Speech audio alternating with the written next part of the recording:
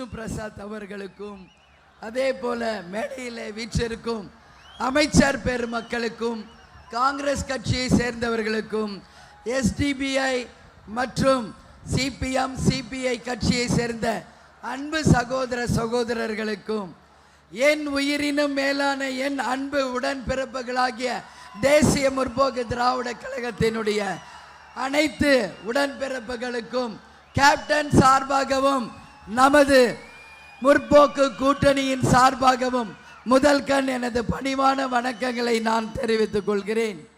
இந்த கூட்டணி தமிழகம் மக்கள் விரும்பும் கூட்டணி, தமிழகம் மக்கள் போற்றும் கூட்டணி, தமிழக மக்கள் மாபெரும் வெற்றியை தர இருக்கும் கூட்டணி என்பதை இந்த நேரத்திலே நான் பெருமையோடு பதிய வைக்க கடமைப்பட்டிருக்கிறேன். கூட்டணி தர்மத்தை கடைபிடித்து தமிழகம் முழுவதும் கூட்டணி கட்சிக்காக பல்வேறு இடங்களில் பிரச்சாரம் செய்துவிட்டு இன்று எனது தொகுதியான விருதாச்சலம் தொகுதியில் பிரச்சாரத்தை தொடங்கி இருக்கிறேன். இன்றைக்கு 234 தொகுதிகளிலும் போட்டியிடும் அனைத்து வேட்பாளரும் ஸ்க்ரூட்டனி முடிந்து எல்லோரும் தேர்வு பெற்றிருக்கிறார்கள் என்பதை இந்த நேரத்தில் நான் மகிழ்ச்சியோடு பகிர்ந்து கொள்கிறேன்.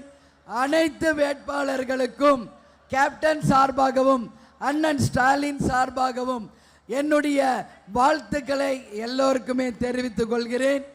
மீண்டும் நான் சொல்றேன், இந்த முறை நமது மதசார்பற்ற வெற்றி கூட்டணி அமோக வெற்றி பெற்று அண்ணன் ஸ்டாலின் அவர்கள் 2வது முறை முதலமைச்சராக வரப்போவது உறுதி என்பதை இந்த நேரத்தில் சொல்கிறேன். அதே போல 7வது முறையாக திமுக ஆட்சி அமைக்கும் என்பதையும் நான் சொல்ல கடமைப்பட்டிருக்கிறேன். அண்ணன் ஸ்டாலினுக்காக நான் கொளத்தூரிலே பிரச்சாரம் செய்த போது அண்ணன் ஸ்டாலின் அவர்கள் விஜய பிரபாகருக்காக விருதுநகர் தொகுதியில் அன்னைக்கு பிரச்சாரத்தில் இருந்தார். அன்னைக்கு அவர் பாடிய பாடல் கேப்டன் கதாநாயகனாக வேட்பாளராக நிற்கும் பொழுது அண்ணன் ஸ்டாலின் அவர்கள் அவருக்காக ஓட்டு கேட்டு ஒரு பாடல் பாடியிருந்தார்.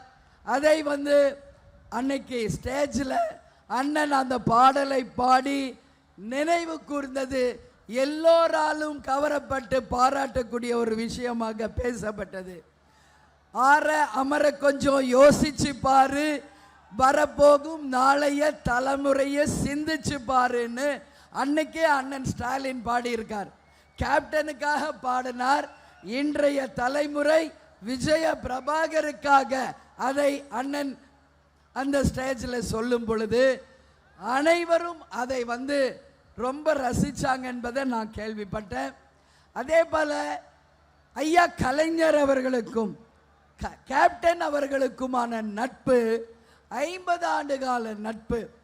ஆனால் இவ்வளோ வருஷம் ஏன் இந்த கூட்டணி அமையலன்னு உண்மையிலே எனக்கே தெரியல. கலைஞர் ஐயாவும் இப்போ இல்லை, கேப்டனும் உயிரோடு இல்லை. அவங்க தெய்வமாக இருக்கிற இந்த நேரத்தில் அண்ணன் ஸ்டாலின் அவர்கள் முதல்வராகவும் நான் தேசிய முற்போக்கு திராவிட கழகத்தின் பொதுச் செயலாளராக இருக்கும்போதுதான் இந்த கூட்டணி அமைய வேண்டும் என்று எழுதப்பட்ட விதியா என்பது எனக்கு தெரியல. ஆனால் ஒன்று மட்டும் நான் சொல்கிறேன், ஐயா கலைஞர் அவர்களும் கேப்டன் புரட்சி கலைஞரும் தெய்வமாக இருந்து இந்த கூட்டணியை ஆசீர்வதித்து இந்த கூட்டணி தமிழகம் முழுவதும் அனைத்து வேட்பாளர்களும் நிச்சயம் வெற்றி பெறுவார்கள் என்பதை இந்த நேரத்தில் நான் பெருமையோடு சொல்ல கடமைப்பட்டிருக்கிறேன். கேப்டனுக்கும் கலைஞர் ஐயாவுக்குமான நட்பு ஒன்றல்ல இரண்டல்ல, நான் சொல்லிட்டே போகலாம். பீச்சில் பேனா கூடத்திலிருந்து கலைஞர் ஐயா வசனத்தில் நடித்ததுலேருந்து எல்லாமே கேப்டனுக்கு ஒரு வரலாறு. அதே மாதிரி கேப்டன் கலைஞர் ஐயாவுடைய அந்த அளவு நட்பு விஜின்னு தான் கூப்பிடுவார். அப்படி இருக்கும் பொழுது கேப்டன் கலைஞரோட நட்பு பாராட்டியது உலகத்துக்கே தெரிந்த ஒரு விஷயம். அவர் தலைமையில் தான் எங்களுடைய திருமணம் நடந்தது, அதுவும் எல்லோருக்கும் தெரியும். அண்ணா அறிவாலயத்தில் தான் எங்கள் ரிசப்ஷனும் நடந்தது, எல்லாருக்கும் தெரியும். அன்னைக்கு கலைஞர் ஐயா மற்றும் மூப்பனார் ஐயாவுடைய ஆசீர்வாதத்தோடு மதுரையிலே எங்கள் திருமணம் நடந்தது. கேப்டனுடைய குடும்பம், அதாவது கேப்டனுடைய தகப்பனார் காங்கிரஸ் பாரம்பரியம் மிக்கவர், கவுன்சிலராக ஜெயிச்சு காங்கிரஸ் கட்சியில் இருந்தவர். பிறகு கேப்டன் சினிமா துறைக்கு வந்த பிறகு கலைஞரின் வசனத்திலும் கலைஞருடைய திரைக்கதையிலும் நடித்து நிச்சயம் கேப்டன் மிகப்பெரிய ஒரு ரசிகராக கலைஞர் ஐயாவுக்கு இருந்தார். மிகப்பெரிய ஒரு மரியாதை நட்புடன் அந்த குடும்பத்தோடு நாங்கள் பழகியிருக்கோம். குடும்ப உறவு இன்னைக்கு தேர்தல் உறவாக மாறி இருக்கிறது. சுய உதவி குழு மூலம் 5 லட்சம் ரூபாய் மாணவர்களுக்கு 8ஆம் வகுப்பு வரை காலை உணவு விரிவாக்கம், அதே போல விவசாய பெருமக்களுக்கு நெல்லுக்கும் கரும்புக்கும் உரிய விலை, அது மட்டுமில்லை இளைஞர்களுக்கு வேலை வாய்ப்பு, லேப்டாப் வழங்குவது என்று பல்வேறு திட்டங்கள் தேர்தல் அறிக்கையிலே கொடுக்கப்பட்டிருக்கிறது. உலமாக்களுக்கு 5000 ரூபாய் தரப்படும் என்பதையும் அந்த தேர்தல் அறிக்கையிலே நான் மக்கள் கிட்ட பேசும்போது எல்லா மக்களும் அந்த தேர்தல் அறிக்கையை வரவேற்பதை நான் கண்கூடா பார்த்தேன். அதனால் அண்ணன் சொன்னார், தேர்தல் அறிக்கை சூப்பர் ஸ்டார்னு. இந்த தேர்தல் அறிக்கை தான் தமிழக மக்கள் அனைவரின் இதய கனியாக, வெற்றி கனியாக நாளை சரித்திர பறிக்க போகும் இந்த ஆட்சிக்கு முத்தாய்ப்பாக அமைந்திருக்கிறது என்றால் என் வார்த்தை மிக இல்லை. எனவே இந்த கூட்டணியை நாம் பார்க்கும்போது நாம் ஒரு பொங்கல் விழாவை நாம் உதாரணம் காமிக்கிறேன்.